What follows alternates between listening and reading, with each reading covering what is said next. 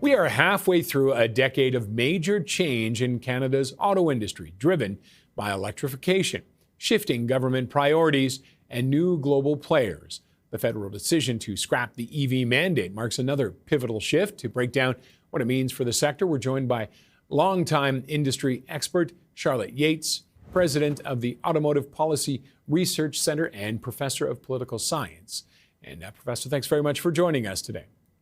Nice to meet you. What do we have for the 10 years of data? What does it tell you about the industry here in Canada? So the auto industry in Canada has really been struggling over the last 10 years. You've seen, I think, a little bit more than 10 years ago, we were producing 2.4 million vehicles, whereas today we're producing more like 1.3 million. So significant decline in production. This was certainly aggravated by COVID, by a number of decisions also made by the auto companies, in particular the big three American companies who operate in Canada, Stellantis, Ford, and GM. So decline in production. We've seen a very robust auto parts sector of kind of subsector of the automotive industry. And that's really driven by Canadian-owned, really strong parts makers, Linamar, Magna, Martin Rea, being able to produce parts efficiently, but also send them to the U.S. So it's bad for assembly. It's good for parts, but in the long term, there really is risk for the industry in Canada. Just in general, what did the big three do? Did they move production south of the border? Did they move it outside of North America, or is it simply sales dropped? I think if you look at the whole picture, where, of course, now the big producers in Canada are Toyota and Honda, and they have been for a number of years. While the big three have shrunk their profile and the number of vehicles they build in Canada, Toyota and Honda have maintained and, in fact, expanded their production over the last 10 years. So they're the real heart and soul, if you will, right now of the Canadian auto industry. I think what you see with GM, Stellantis, and Ford are a little bit different stories. Stellantis, and certainly since Donald Trump got elected and we saw the big three moving production from Canada to the United States. That's been a real blow for Canada, but it also speaks to long-term trends, I think. Let me look at Stellantis, for example.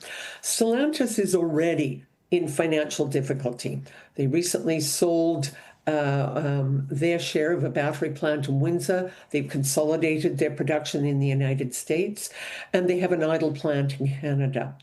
That company is already in trouble, so I think we shouldn't expect that we would see an increase in their production in any significant way, not just now, but in the near to the long term. Stellantis may be lucky to, in fact, survive this most recent disruption of the industry.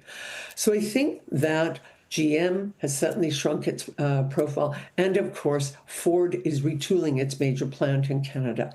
All of this, though, revolves around what are the short, medium, and long-term plans of those companies and of Toyota and Honda, but also how is government incenting what the industry does.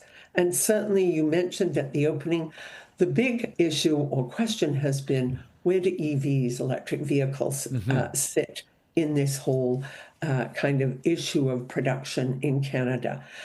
EVs right now are a long-term project, if you will, for Canada. We don't produce electric vehicles in any capacity. We had the one plant of GM's in Ingersoll, where they fairly quickly shut it down before it was even truly up and running.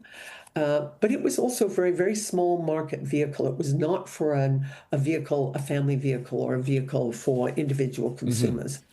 So, and the government, of course, incented, and for good reasons, EVs, regardless of the current blip, if you will, and decline in consumer sales, they are the future. The future is EVs. And if Canada wants an internationally focused auto industry, whether it's with the big three or other players, including perhaps Volkswagen, it must have the capacity to build EVs. Are we there? All right, do we have an industry capable of, we're almost out of time, so I just want to get this one. Do we have the capability? Are we ready to do that, or are we too late to the dance? No, I don't think so. I think Volkswagen's recent announcement that they could take advantage of the federal government's policy of incentives for buying electric vehicles, plus for getting duty relief if you build in Canada.